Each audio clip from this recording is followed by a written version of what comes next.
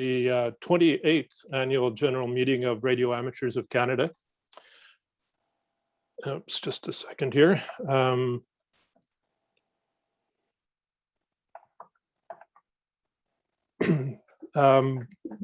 First, a little bit about annual meetings. They're actually a requirement of Radio Amateurs of Canada's incorporation as a Canadian not-for-profit corporation.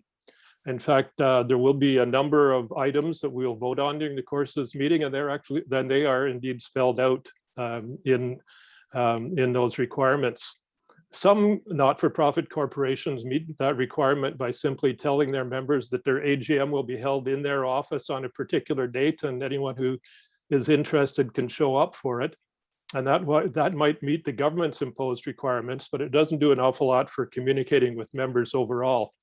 So Radio Amateurs of Canada decided long before I was president that these meetings are in fact an opportunity to meet with our members and to help address the challenge of communicating and representing with members across this very large country of ours. Consequently, RAC has organized its annual general meetings in normal times in a different part of the country each year, and has quite some time now been making them available on the internet as a webinar for people who could not attend in person. We've also usually organized them in conjunction with a major local or regional event, often a hamfest or a conference that would attract many radio amateurs, so that we would have give them a chance to meet some of the leaders of RAC and to see what the organization has been up to and to ask us questions. That's, as I said, been our normal practice, but we've had to adapt with the pandemic's restrictions. And in fact, the conference that you've just had last year and again this year, and our online AGM are a part of that adaptation. These meetings are always open to anyone who wishes to attend. However, it's a formal business meeting, and only members of Radio Amateurs of Canada can make motions or can vote on this during this formal meeting.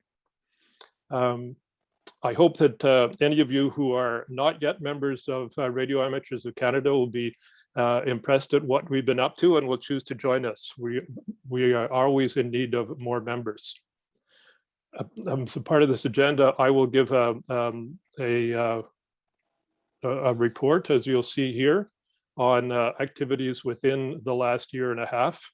And after you can see on the agenda the various decisions that we will make, the items that we'll deal with. And after we've adjourned the formal meeting, I'll take questions from you. Now, we invited people to post some questions, email them to me ahead of time.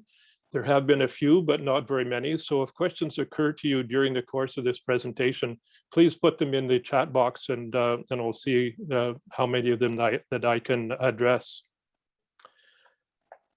At this point, I'll now call the meeting to order, and the first item will be to hold a moment of silence in memory of radio amateurs that each of us knows that have become silent keys for the past year.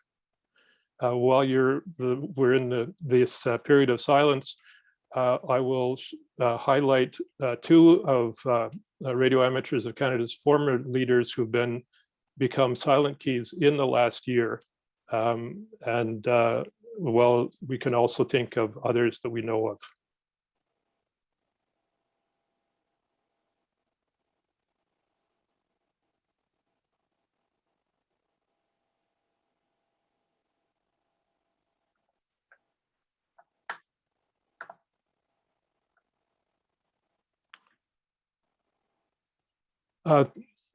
Thank you. At this point, I'd like to call your attention to the fact that many of the leaders of Radio Amateurs of Canada are present now. When we do in-person meetings, I often ask them to stand up and introduce themselves. I think for today, that's not appropriate.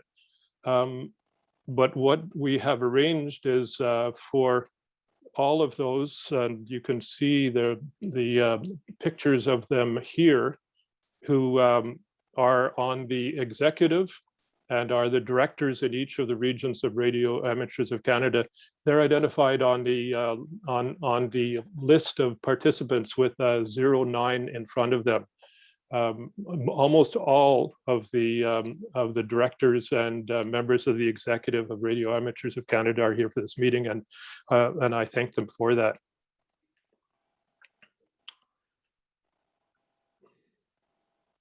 The one other item about the evolution of this meeting is that at one time these have been obviously standalone meetings happening every year. Radio Amateurs of Canada's leaders are spread across this country, and we only get together about every 2 years in a planning meeting. And starting in 2017, we arranged to hold our planning meetings at the same time as the annual general meeting. In the original arrangement, only the director of the region where the meeting took place and the president would attend from RAC's leadership. But what we've been doing recently has allowed more of them to be present, and also, although it's difficult online, provided an opportunity for these people in leadership positions and for our members to meet informally at other gatherings around the time of the annual general meeting.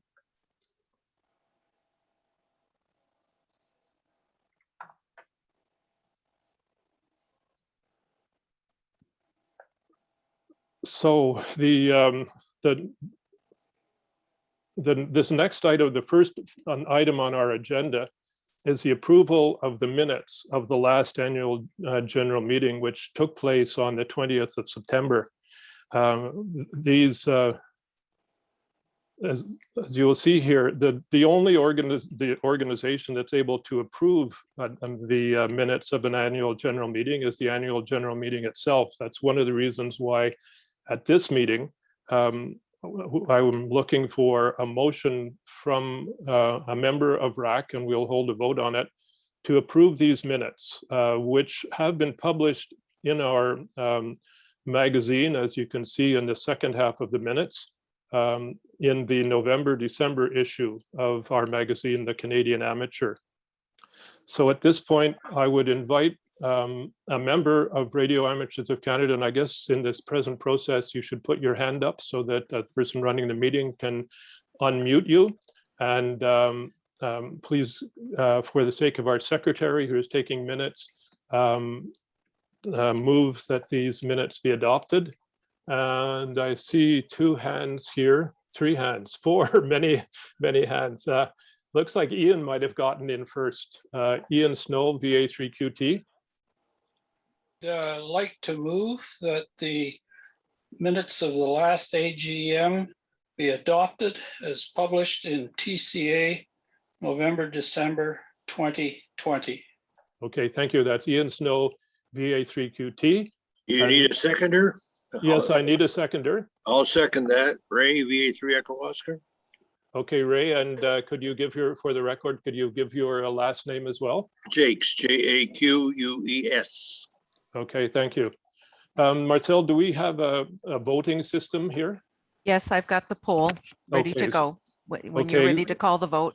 Yes, could all of you, again, only members of Radio Amateurs of Canada, vote using the polling system? You may have a question. Oh, okay, a question? I've got Bruce with his hand up just before you call your vote. Yes, Bruce? No, I think we put his hand down now. That's okay. I think he was volunteering to move or second. All so right. if you'd like me to read the question, it says it has been moved and seconded to approve the minutes of September 20, 2020 annual general meeting of RAC.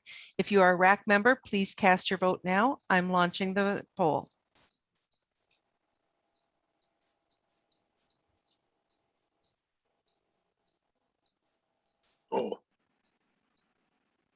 Oh, agree. Okay.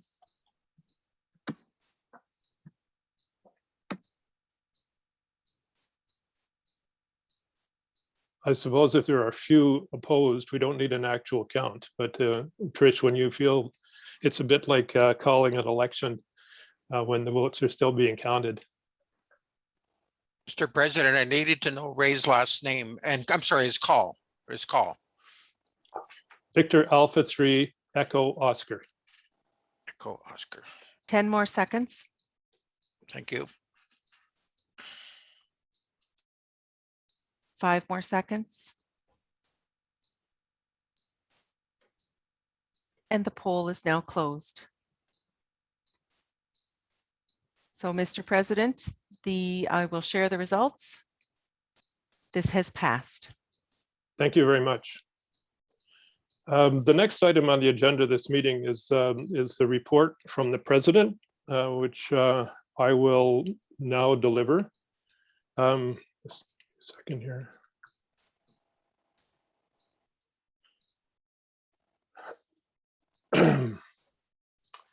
At last year's annual general meeting, I expressed my sincere hope that in the future we would refer to it as RAC's online AGM, in the hope that we'd once again be holding in-person meetings soon. Unfortunately, this still isn't possible, and many parts of Canada are now dealing with a fourth wave that has proven to be even more virulent and devastating. The global pandemic has certainly caused disruptions to most forms of organized activities. Fortunately for Radio Amateurs of Canada, we've been impacted less than many other organizations and even benefited in some ways. Our organization has only 2 individuals who are responsible for the management of our headquarters and our communications, and the only ones that we pay for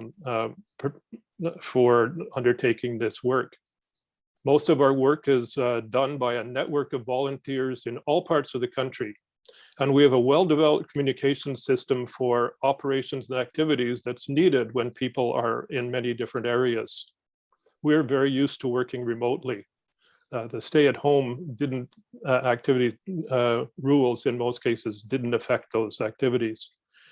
Most of RAC's activities, including our regular meetings, our development of our program and projects, have continued as before, and we've been able to initiate some new activities, which I will describe later.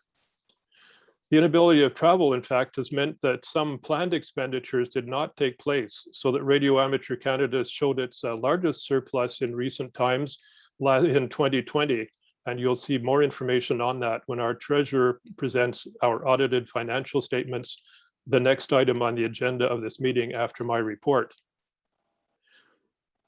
As reported last year, our inability to have volunteers on site in our headquarters in Ottawa prevented us from sending out renewal reminders by mail via Canada Post.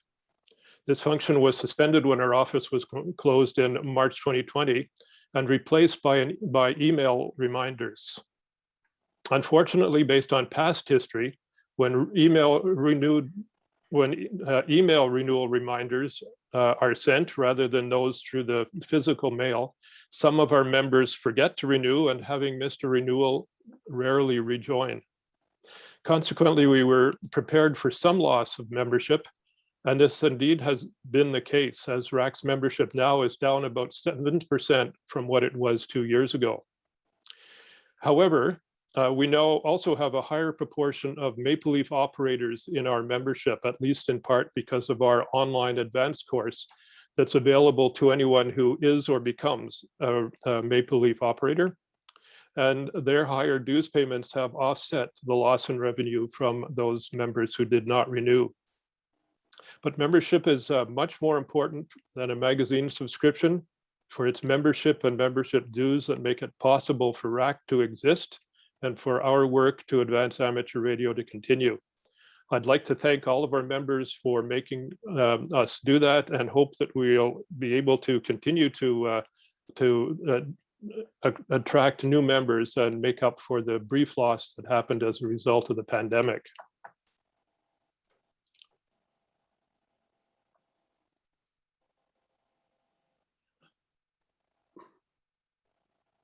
The launch of RAC's online courses for the basic and advanced qualifications have been the most dramatic developments from the pandemic, and some of the most positive. When it became clear that in-person courses given by clubs, which are an important entry point into amateur radio, when it was clear that they were no longer possible, we quickly found volunteers within our ranks with significant experience in organizing and leading courses, and who are willing and able to conduct these online courses. Al Penny, VO1NO, got the basic course underway, and Dave Goodwin, VE9CB, has developed and led the advanced course. By the annual meeting last year, exactly 1 year ago, we had already completed 2 rounds of the advanced course, and the second round of the basic course was nearing completion. These courses have continued to this time, and in fact are continuing, as the next basic course will begin on September 23rd, next week, and the advanced course will begin on September 26th. To date, over 700 people have taken advantage of the RAC basic course, and 500 have participated in the advanced. As well as time passed, some local clubs have been able to get their own online courses going, and RAC provides information on our website of such courses organized by clubs, as long as they can get the information to us. I'm sure that our online basic course has helped many people become radio amateurs, but even this effort cannot replace the extensive set of in-person courses given by local clubs in normal times. The result has been 18% fewer new amateurs in 2020 compared with previous years, as you can see in this chart on the left. Actually, we're not much below 2015, but the numbers had held up quite a bit higher for 4 years in a row. The second chart, the chart on the right, shows you only have data for this out of 4 years, but how many people have passed their basic exams, either basic or basic with honors, in the first 8 months of the year, the time from the 1st of January till the end of August. And again, you see in the 2 parts affected by the pandemic in 2020 and 2021, a lower number of people than in 2019. In-person advanced courses are not nearly as common across the country, and far fewer people pass the advanced exam each year. The proportion of advanced passes relative to basic has gradually been increasing over the past years, and it has actually held up during the pandemic. That means it went down a little bit, but in proportion to the decline of the basic courses. In fact, it was not quite that much a reduction, and the number of advanced courses in the first 8 months of this year was the highest that we've seen since 2015, the first year we were getting this information. Furthermore, the ability to participate in online courses and for examiners to conduct remote examination has had the additional benefit of making it easier for people in less populated areas where there aren't many amateurs or clubs to become radio amateurs, in much the same way as many of our online club meetings have allowed more people often to participate in them. Because of this important role for people who aren't in places where where training is easy, there may be an ongoing role for some online courses for those who can't get to traditional evening and weekend courses given by clubs. And that's something that Radio Amateurs Canada will consider once the pandemic is over. Your slides don't appear to be advanced. The slides are not advancing? I thought. Sorry, you've just advanced one, but it's.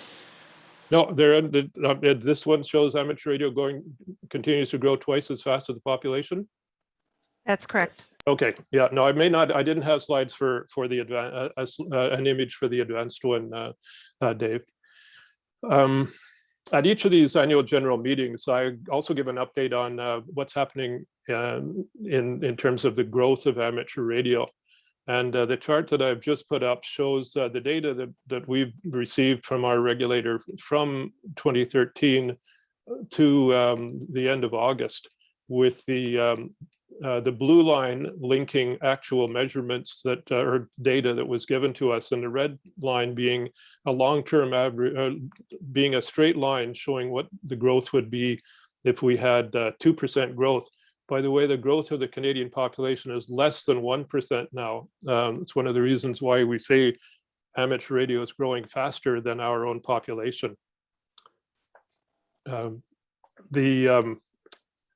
the actual data at the end of August 2020, there were 72,484 people who were authorized to operate amateur radio in Canada. This year, at the same time, there are 73,600. I don't think I've actually shown this chart at an AGM before, but there were some discussions earlier today on the age distribution of Canadian of radio amateurs. And you hear the same things from talking to radio amateurs in other countries. Some of this may be because amateur radio is it's like a hobby. It's an activity that people do when they have their time, and there are times in our lives when we are able to get more involved in these activities. There are times when it's harder. This chart shows data that we have received beginning in 2013 and every second year, as I've typically had these in time for the Radio Amateurs of Canada planning meetings, showing the number of people each year. The green line, if you can see it on your screens, are the latest data. The black line is the lowest. I guess some of the things that are striking on this are that the largest number of radio amateurs now are in the age group 60 to 69. I don't have the average age here, but it's about something like 64. The fastest growing age group are those 70 to 79. Now, some of this, probably a fair amount of it, is just the result of Canadian demographics. There were an awful lot of people born during the baby boom period right after the Second World War, and baby boomers are now in their early 70s. And some of the changes on this chart are people who are longtime hams simply getting older.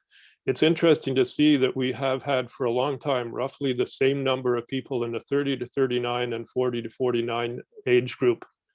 You know, as people get older and they move to the next one, there are enough people either joining or moving from the younger group to keep that data, to keep those numbers fairly constant. And the last point I'll make on this slide is it shows one of the issues we're dealing with our regulator.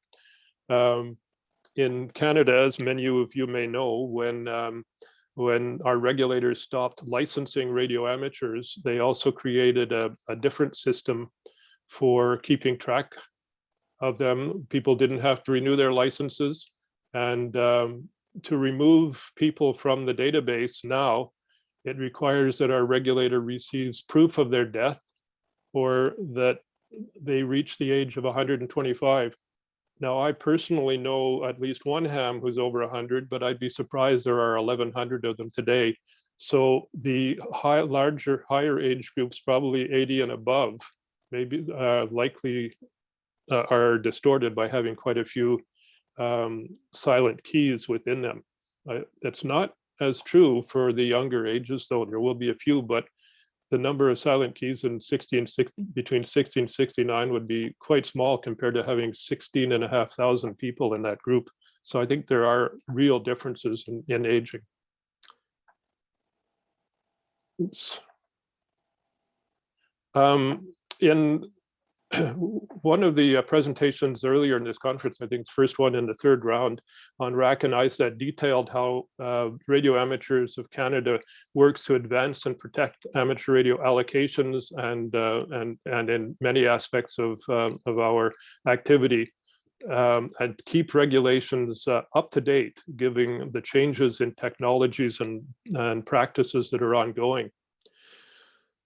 That presentation, I know there were 3 other good presentations on. If you haven't seen it, you should take a look at it, because it gives a very thorough description of what it is that we do to deal with the regulations that affect us, as well as participating in domestic and international meetings that involve all users of radio spectrum.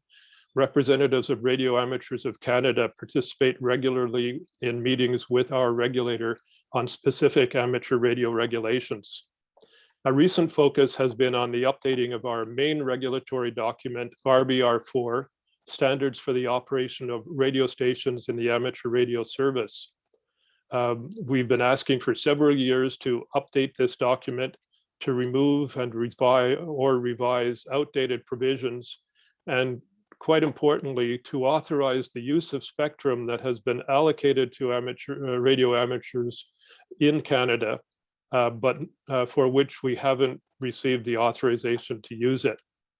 Of particular note is a small chunk of spectrum at 60 meters, subject of another interesting presentation today, where we've previously been limited to, and are today still limited to, 5 spot frequencies. The new document should provide that authorization. I'm happy to report that this process appears to be nearing completion, as we've been advised that the draft revised document will be given to us next week. This is a standard practice in regulations where some of the regulators' intent is communicated to those affected. They're given a chance to react. They consider what they hear and make their final decisions. In this case, we've been fairly clear on what changes were needed from our view, and we're hopeful that the document we see will address most of them. Every indication is that it will, and that can mean that we will, the final step, our regulator finalizing the document and receiving the required approvals, can happen soon.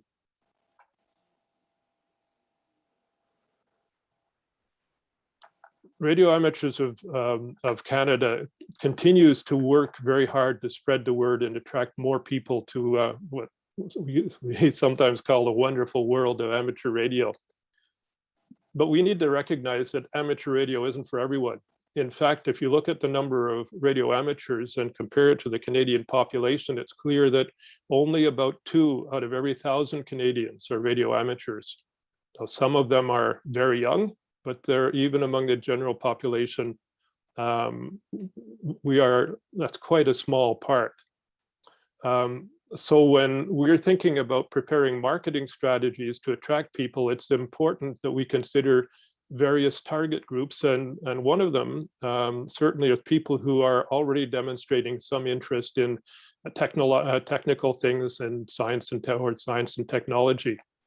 Overall, bringing amateur radio to the attention of young people remains a top priority, and we're able to do so through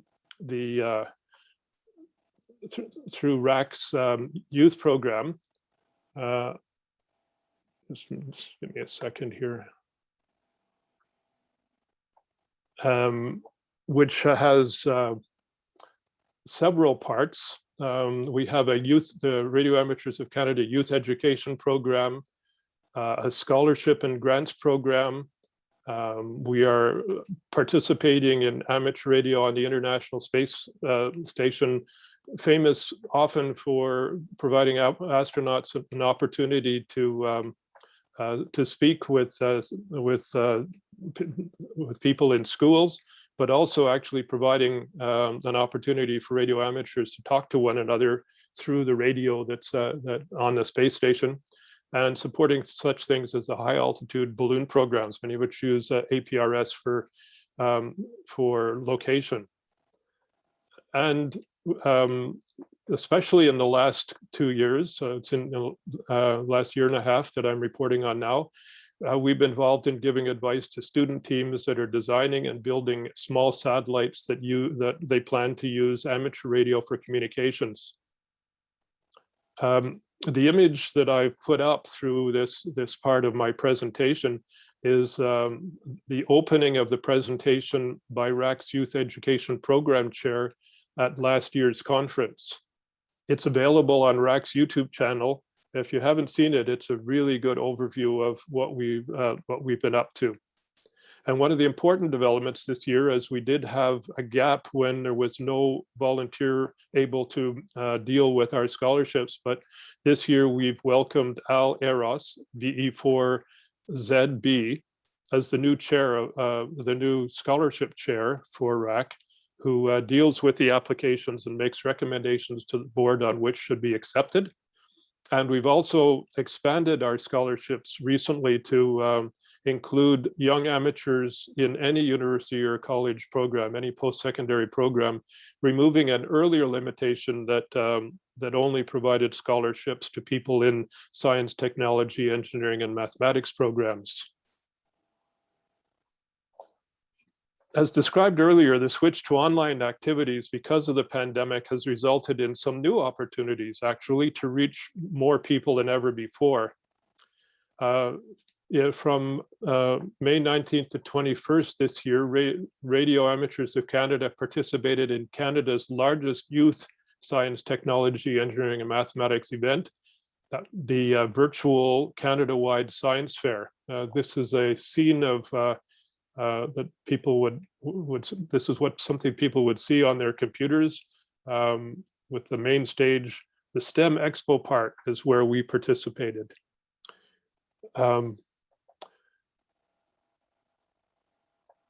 RAC has been participating in these expos. Expos are organized so that organizations that are using science and technology show young people what they're doing and what can be done. And we've been doing this since the Regina Amateur Radio Association in 2017 contacted us looking for support to organize a booth when that event was organized in Regina. And as a result of that experience, we've decided to become involved in these things each year as they happen. They provide excellent opportunities to introduce amateur radio to youth, and those people who are coming are already interested in technical and scientific activities. The STEM Expo was really blindsided, I would think it's fair to say, as it takes place in mid-May, and in 2020, with the pandemic, the shutdown in the middle of March, there wasn't time to do to put together actually a really online presentation. We participated in that one, and everyone learned through that one. The result was a much more sophisticated event this year, and a much better Radio Amateurs of Canada presentation there. The event itself attracted more students, teachers, parents, and organizations than ever before. And in fact, 51,000 individuals and groups, so the number of people involved is much higher than that 51,000, registered before the event to take part in it. This slide, you probably can't read it all, but it shows the 60 groups that participated in the STEM Expo, one of which was Radio Amateurs of Canada. And the way the science fair, sorry, and the science fair and the STEM Expo participated was that teachers would register their classes, and on one day or more would visit the projects and visit the STEM Expo. What was unique this year, because of the pandemic, was that teachers in every province and every territory of Canada joined to take part in this. We've never seen so much involvement. You can imagine an in-person event, even in a major Canadian city, would have a much smaller number of people. And they had their classes explore the event and go through the STEM Expo with lots of participatory activities where they could either play games, solve puzzles, or in our case, learn Morse code. The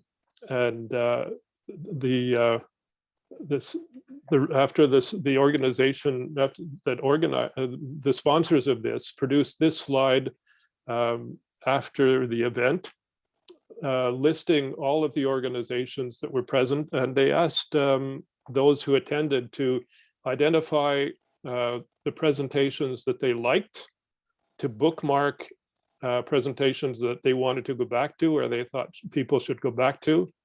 They provided an opportunity for people to make comments on their presentations. And this chart shows the ratings for all of the presenters. RAC's booth, amateur radio, out of this world opportunities. It's the fourth from the left, right under the word organizations. Received more in each of the categories, views, likes, bookmarks, and comments from the students visiting it than any of the other 60 presentations, including who were in fact federal government departments, museums, and universities. In total, there were 1,881 such comments, many of which were represented a classroom of 15 to 30 students. And in fact, among the comments we received were several in Morse code from the students who had seen the module on Morse code in our presentation. Now, I knew our presentation was going to be good, but frankly, I was amazed it was so popular. And overall, this successful event has illustrated a number of things. It's a good way to reach a lot of people. And despite some of the challenges of having to do things online, they can make it possible for more participants in all parts of the country to become involved. Turning to another subject, from the March 3rd to April 18th, RAC conducted an online survey to find out how to better serve Canadian amateurs. The main goal of this survey was to understand the operating interests of Canadian amateurs in terms of what bands and modes they used, to get an idea of the amount of time that they spent operating, the focus of their operating, and various other items of interest. This was the first time that I know of, so that means in at least 11 years, where RAC has done a survey. I believe we've done some in the past. But this was really, we're really happy with the results for several reasons. We intend to use this information to guide future RAC programs and the content of our magazine. It's important that national organizations address all of the facets of the activity, all of the interests of which are quite diverse amongst the amateur radio communities, and this will help us do this. And as well, it will give us valuable information in formulating Canadian positions that will be taken into world radio conferences, knowing what bands are very popular, what bands are being used is very important information to us. A total of over 2,000 responses were released to this survey, which is quite high for a survey like this. And 1,630 of them, that's 78%, were from RAC members. We did get, because it was on our website, others responding as well, but we can identify each category. This was about a third of all of RAC's membership, which is again really high for any survey, and we're really happy and pleased with the people who were able to complete the survey, and really grateful for this excellent response. Contests and awards are an important activity for many amateurs, and I'm happy to report that the long-awaited updating of the Radio Amateurs of Canada Operating Awards has now been completed.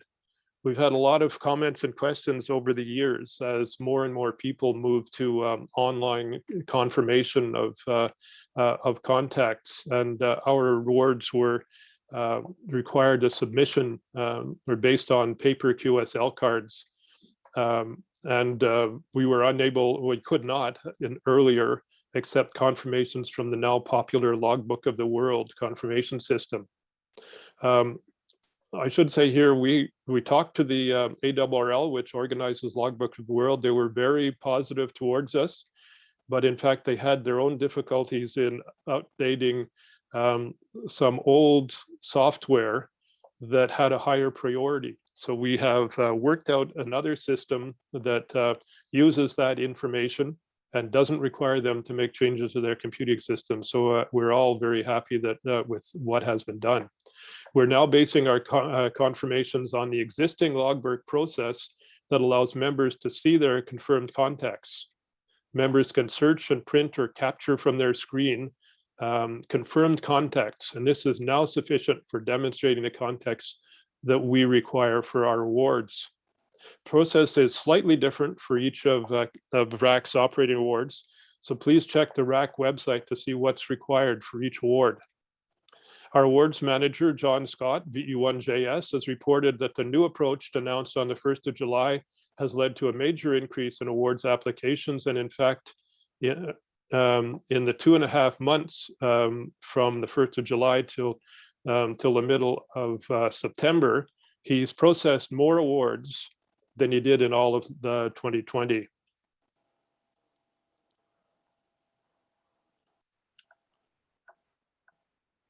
Since the start of the pandemic, and that's really the period we're reporting on, 2020 to 2021, Radio Amateurs Canada has also added 2 more on-air annual events. Some of this we briefly described last year, so I won't go into a lot of detail on it. The Get on the Air World Amateur Radio Day was first held in April 18th, 2020. And as you can tell, looking at that date, that's less than a month after the pandemic was started. It was, in a sense, our first response to the pandemic. We did this to celebrate the anniversary of the founding of the International Amateur Radio Union. That's what World Amateur Radio Day is about, back in 1925. By the way, was founded by representatives of 23 countries, and Canada accounted for 2 of them. Both Canada and Newfoundland were represented at that event. Our event features RAC volunteers operating stations with the RAC call sign across the country on that day, the 18th of April, and a process that we have built into our computer system where we get the information from logs and are able to acknowledge confirmations, and those who have made a contact can download a certificate. This isn't really a contest. Whether you get 1 stations or many, you still get your certificate. It's really, at the beginning of the pandemic, we thought it was important to support people and to give them another amateur radio activity to do. It's worked so well, we repeated the event in 2021, and we plan to make it an ongoing activity. In this year, we've launched another activity, the RAC Challenge, a new Canadian Portable Operations Challenge Award, which is unique in it's an award program for RAC members. You know, most award programs are for everyone. We felt it was good to do something for our own members. This is it. The new program was created by Dave Goodwin, VE9CB, our RAC Member Services Officer. And it's designed to encourage and recognize portable operations from RAC members from locations across Canada. The program began on the 1st of July, 2021, and participants can track their activities through a monthly and annual leaderboard. Certificates are available to the top 5 activators each month and to the top 10 annually. The RAC Band Planning Committee coordinates the development of band plans to provide guidance on how our bands should be used. This isn't a matter of regulation. This is radio amateurs getting together to ensure that things work smoothly. The frequencies are identified for specific modes and uses. As technologies and types of communications change, it's important that the band plans are kept up to date. And I'm happy to report here that that has been done for the 2-meter band plan. A committee of 15 RAC members from all across all parts of Canada prepared a proposed band plan that we published in our magazine, the Canadian Amateur, for a couple of months to receive any comments and have them considered by the committee. And then it was presented to the Radio Amateurs of Canada board at its September 2020 meeting and approved there.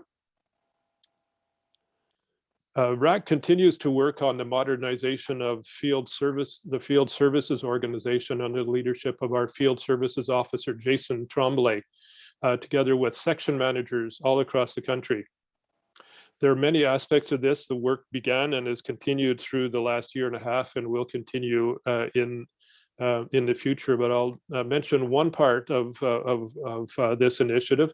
That is the rebranding of the Amateur Radio Emergency Service as the new RAC Auxiliary Communication Service, with a more specific definition of its role as to provide certified communication operators to supplement communications for local emergency management teams and non-government organizations, and provide backup radio operators when required. We recognize that emergency communications are handled differently in different provinces, and the major role that RAC can play in this is providing information that's used for education that addresses the needs, and that we work together with the section managers who in each of our different regions and often in individual provinces to see that that we're providing things that can be helpful. And I'm pleased to report we receive strong support from the non-governmental organizations dealing with the emergencies. And by the way, I would have mentioned a few years ago, RAC was one of the founding members of a consortium of these organizations, and with emergency management groups. This completes my report to RAC's 2021 annual general meeting. As I noted at the outset, I'll take questions after we finish the formal business meeting. They can be based on this presentation or on, in fact, other questions that you may have for me. I'll do my best. Please put them in the text box, and we'll take a look at them after we've finished the rest of the agenda. At this point, I will, as we did before, look for a motion to accept the President's report as presented. So could you raise your hand, someone? I see Paul Eros, Ivor ZB was the first one to get his hand up. So go ahead, Paul. Okay, I'll go by my other name, Albert Uros. It's Paul Albert. Oh yeah, sorry, Al. That's okay, that's okay. I, Albert Uros, Victor Echo 4 Zulu Bravo, move that the President's report as presented be accepted for information.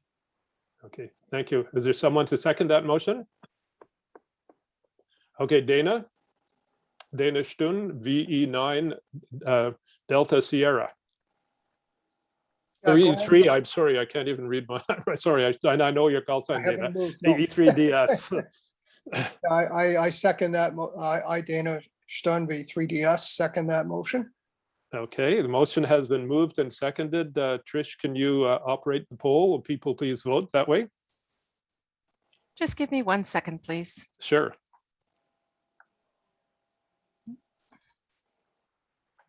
I just have to change something here.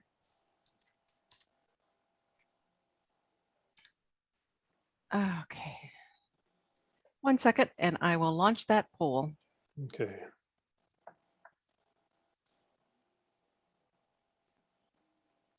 Oh.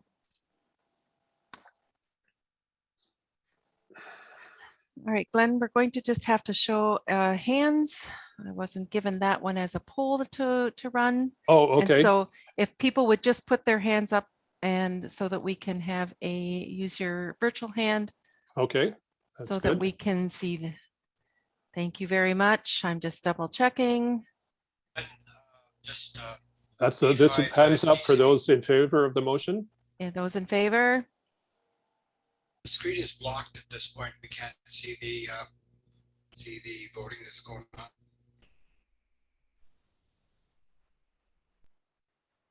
Okay, and I you won't see a poll at this point. You're just going to have to put up your hand. Your sorry, it's V5 DCP. All I'm seeing on my screen here is Glenn's screen and his report. And yes, that is correct. So because we didn't actually have a poll set up for this. So if you agree with it, put up your hand. Please lower your hands. Anyone who's not in favor. Just give that a second. Yeah, if you're in favor, take yes. They're the. People who are not in favor are, I'll just lower all hands. So anyone not in favor?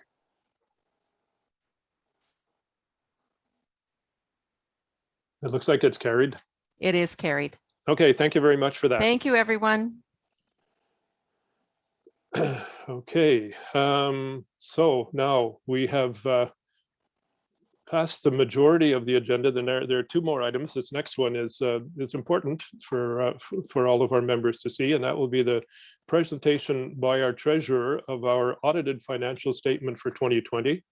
I will, I guess Margaret will now I'll continue to share my screen as I have them here, and our treasurer, Margaret Tidman, can take you through this.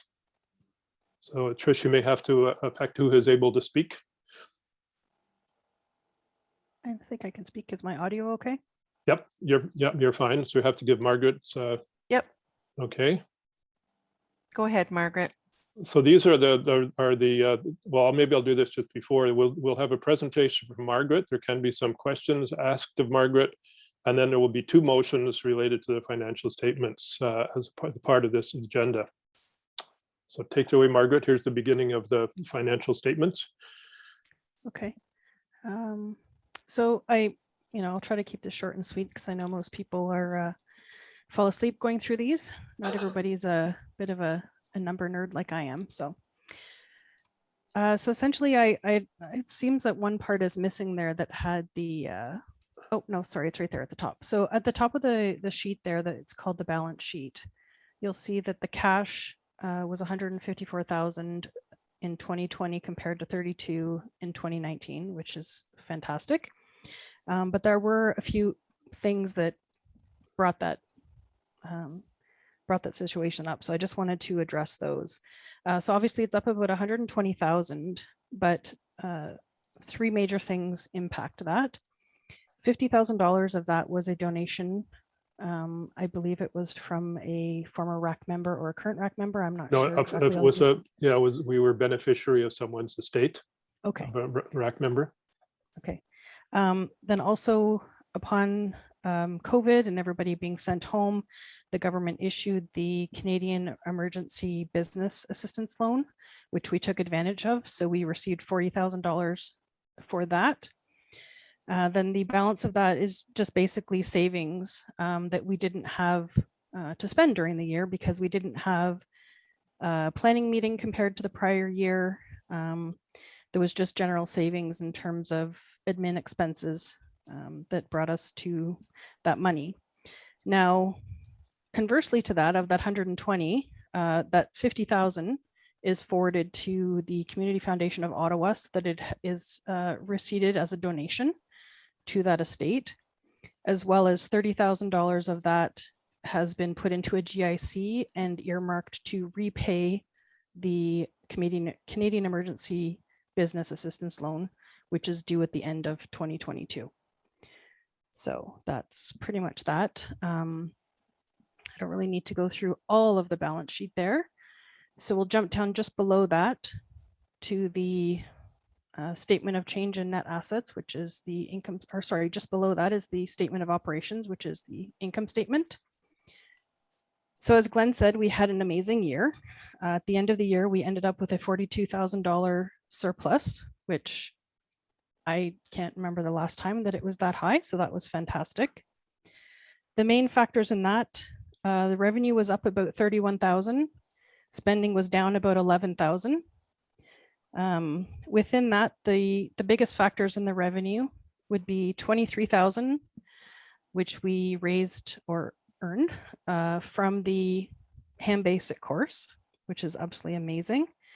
And then $10,000 of the $40,000 Canadian Emergency Business Assistance Loan as a not-for-profit organization, and our commitment to repay it before December 31st, 2022, we're allowed to keep $10,000 of that money. So that was income for us. The biggest factors in the expenses is office expenses went down about 4,000.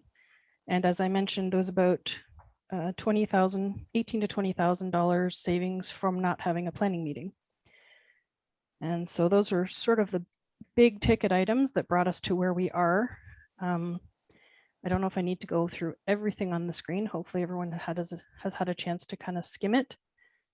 So I'll just see if there's any questions, anything specific.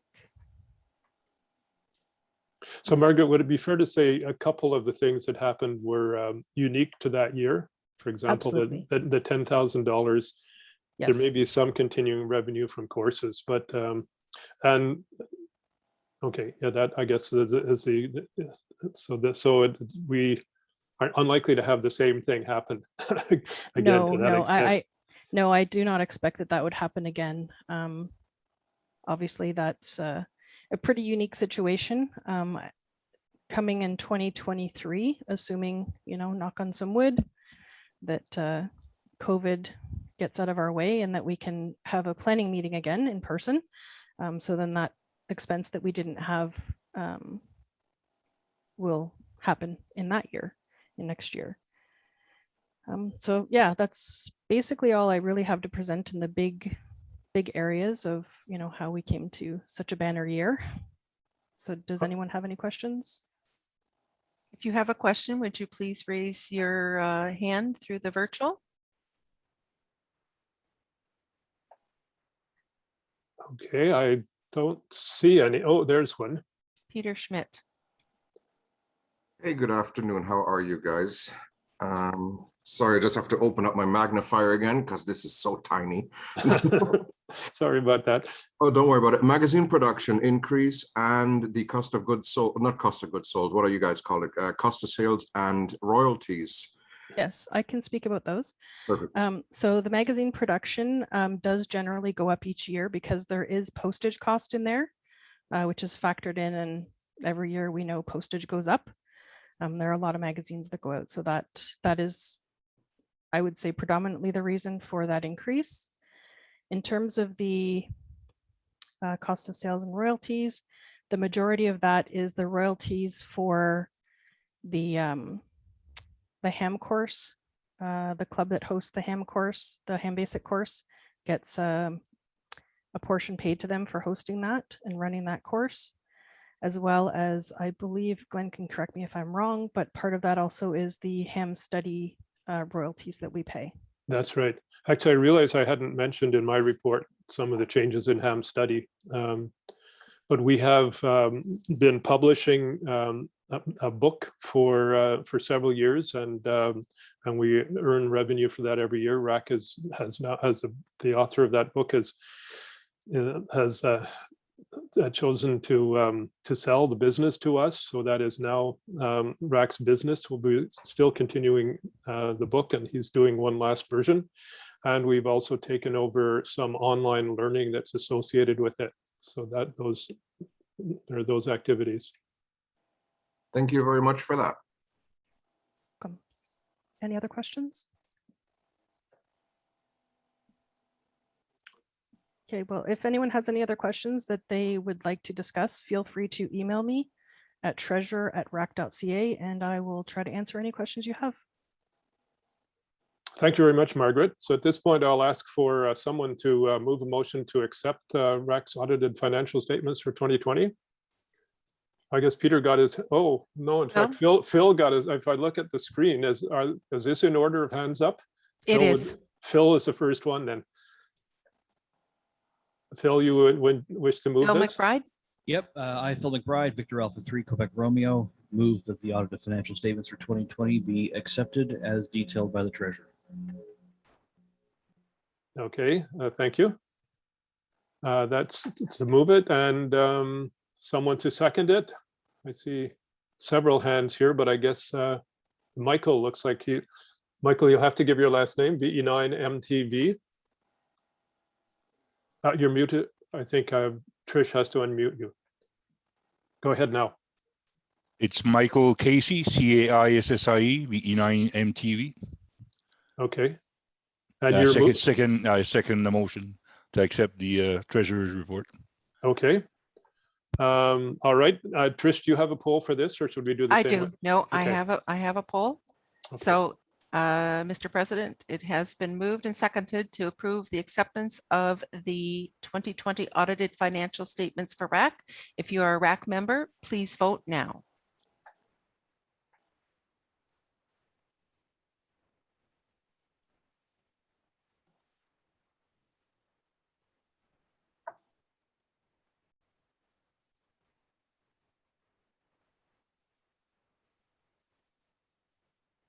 Another 10 seconds.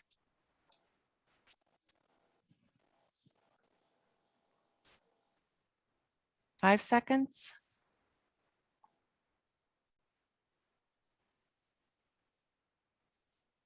And that has carried. Okay, thank you very much.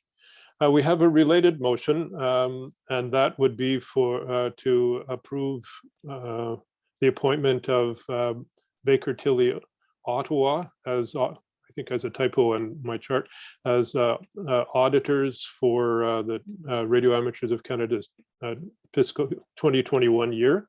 I guess it could just be the motion can be simply the appointment of Baker Tilly Ottawa auditors for 2021. Someone to move that? Derek Hay got his hand up first. Okay, so that's Derek Hay. Okay, go ahead, Derek.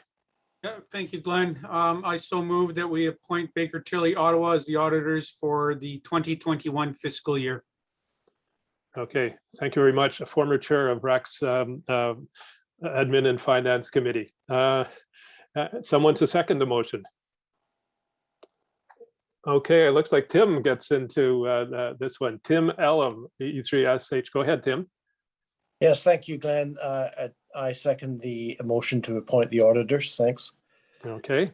And Trish, you have a poll for this? Yes. Okay. Mr. President, it has been moved and seconded to appoint Baker Tilly of Ottawa as the RAC auditors for 2021. If you are a RAC member, please vote now.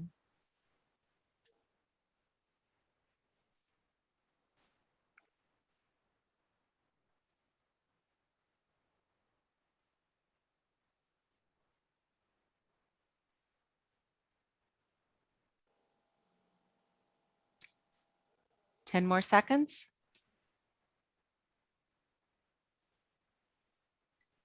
5 more seconds. And the poll is now closed. Mr. President, the motion carries. Thank you very much. Before I move to adjournment, I was seeing Tim here, and I wonder if Steve RSGB is here. I'd like to give I know that it's there's Steve Thomas and Tim Elam. I don't know if Rick Roderick. I know he has a big meeting early tomorrow morning, but I'd like to give each of them a chance to get into the agenda of the meeting, just bringing greetings from their organization to Radio Amateurs of Canada. Maybe I'll start with Steve Thomas, M1ACB, the General Manager of the Radio Society of Great Britain. Yeah, thanks, Glenn. It's great to be with you again. You know, I've been a member of RAC for a number of years, and I've joined the AGM a few times. So it's really great to have the opportunity to join you again this year and bring greetings, of course, from the Radio Society of Great Britain, the staff, the volunteers, and all the members. And congratulations on a good year and a great AGM. Okay, thank you very much, Steve. And I'll call on Rick Roderick, K5UR, the president of the ARRL, who I guess this is your third annual general meeting. You got to get to one in person before the pandemic happened. Go ahead. Rick. That's right. Hi, Glenn and everyone. Well, it's good to be here, and always enjoy seeing all the faces. Many of you I know, and good to see you again. I'm glad that we're all making it through this COVID-19 period. I know it's a challenging time, but I send greetings from the ARRL Board of Directors and the headquarters staff and team there, and all of our members. We really value our association with the Radio Amateurs of Canada, and likewise with Tim Elam and IARU and Steve at RSGB, who we have a good relationship with. So it's always encouraging to see good things from the societies such as RAC, and we really enjoy being with y'all and being partnering with you on things with amateur radio and greatest hobby in the world. Thank you, Glenn. Thank you very much, Rick. And Tim Elam, who is a member of RAC and the president of the International Amateur Radio Union, and has been to many AGMs I could think of over his long career. Very happy to have you here, Tim. I could give you a chance for say a few words to our meeting. Well, thank you, Glenn, and an excellent meeting it was too. I think the quality of the presentations was outstanding. Yes, I was actually at the first RAC AGM and tried to make as many since then as I'm able to.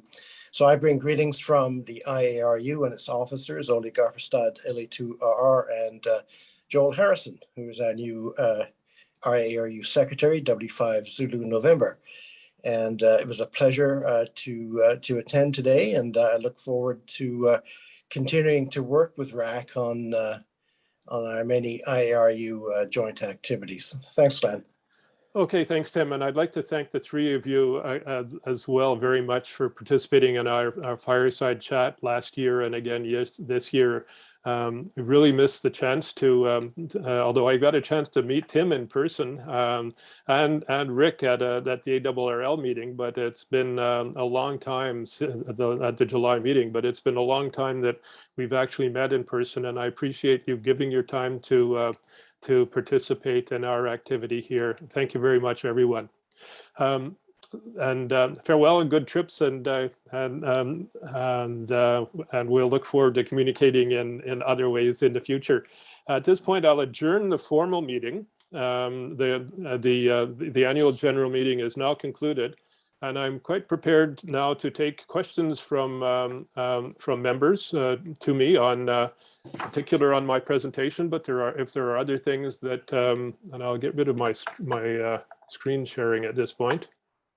So I'll be entertaining questions from anyone who's here. And yes, go ahead, Trish. Mitch has a question. Okay, Mitch. Actually, two questions. First question is, you had mentioned 73,600. Is that call signs? Is that certificates? Or is that real people? I know it's always a problem. That's question one. Yeah, no, Mitch, these are real people. There are many, many more call signs than that, but these are real people. Now, this is everyone who is qualified to operate amateur radio in Canada, and they have a Canadian call sign.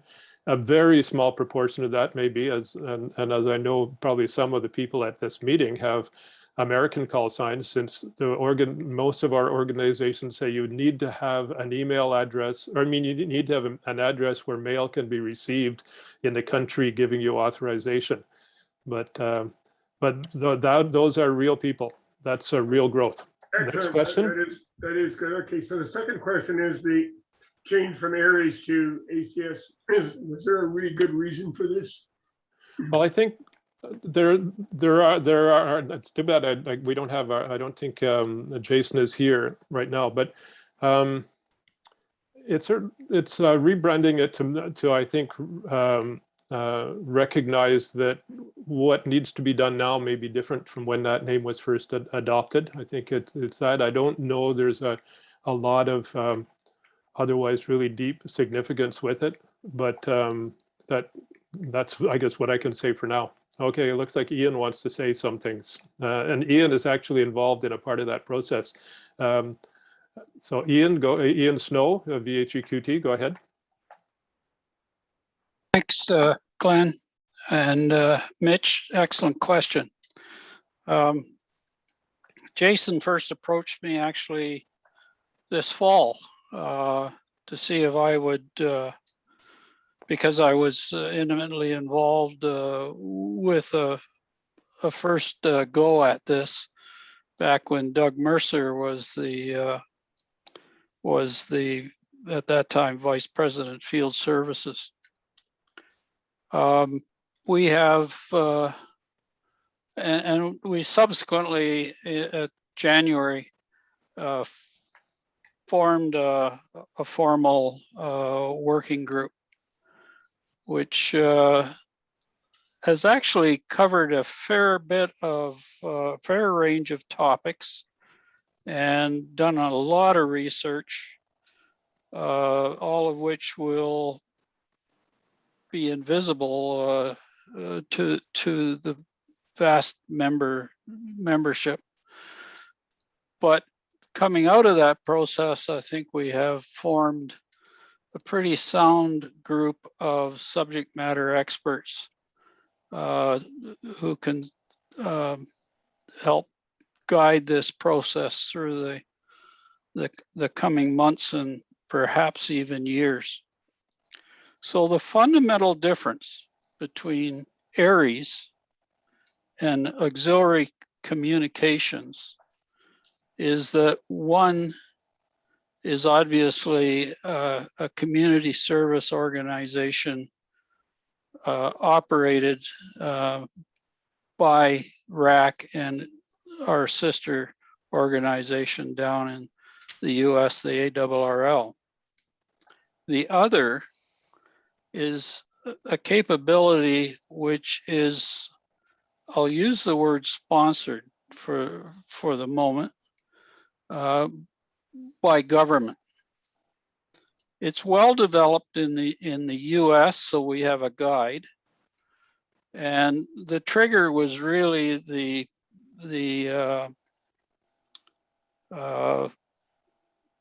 massive failure, and I'm surprised at how open the FEMA organization is to admit that it sort of fell flat in its nose in the Katrina response. And a number of things, Congress in particular, ordered FEMA to fix the problem. And out of that has flowed, in particular in the US, an organization called SHARES, which are all federally organized and owned HF stations. And increasingly, the various states are setting up similar types of operations within their individual state mandates. An excellent organization, ham radio organization, that does a lot of education on not only the ham radio emergency communications side of life from, shall I say, the hobby side, but they're currently running a series of presentations which are coming principally from could I just sort of, thanks for providing the information. I think we don't want to go into too much detail this time. The other thing that I'll say is what we've been looking at is certainly we're quite aware of what our neighbor to the south is doing. That's an important source of information. We're also looking at how emergency communications and amateur radio is being done in other countries, like in the United Kingdom. And we have to recognize the kind of government that we have, in which the federal government in Canada plays a much smaller role in emergencies than it does in the United States. We're much more decentralized. Provinces are really important. And a national organization has to think of, in that situation, how does it address the issue of helping amateur radios be prepared to take part. And that's what we're going to be working on over the next little while. So I think we've had a chance for that question. Are there questions in some other areas that anyone wants to ask me? Anything else? Brent. Yes, I don't know if I should ask this now or not. It's the discussion of amateur radio satellite service in Canada. I couldn't attend the entire RAC ISED presentation because my CubeSat was being presented. And there have been some discussions with that. I guess, is there... Do you have anything that you would want to report in this forum, or is there anything that CubeSat NB can do to help? Yeah, and I can report. And again, I'm sorry for we have a whole different range of interest here, so I'll try not to go into too much detail. But in short, the issue is in Canada, and actually I've discovered it's the same in the United Kingdom, that Canadian regulations do not address the amateur satellite service. And as we haven't had very many amateur radio satellites in Canada.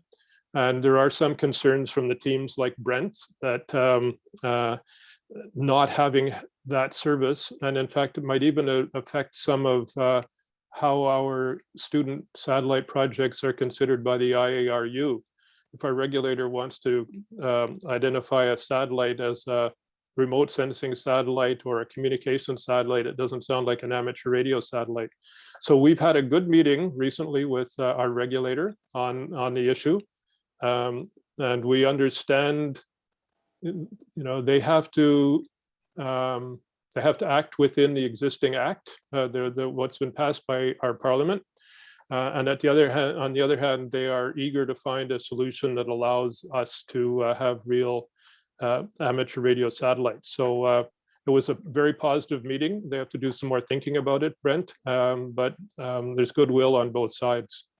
That's great, thank you. I know noticed the AliaSat team would run into the same kind of regulatory issues, I believe. And what we're trying to make sure they're not issues. That may be a matter of interpretations rather than rules. But anyway, we'll wait and see what they can think of. Thank you. I think you and Brian, VE3QN, and Rich, VE3KI, are the best ones to represent us. So thank you.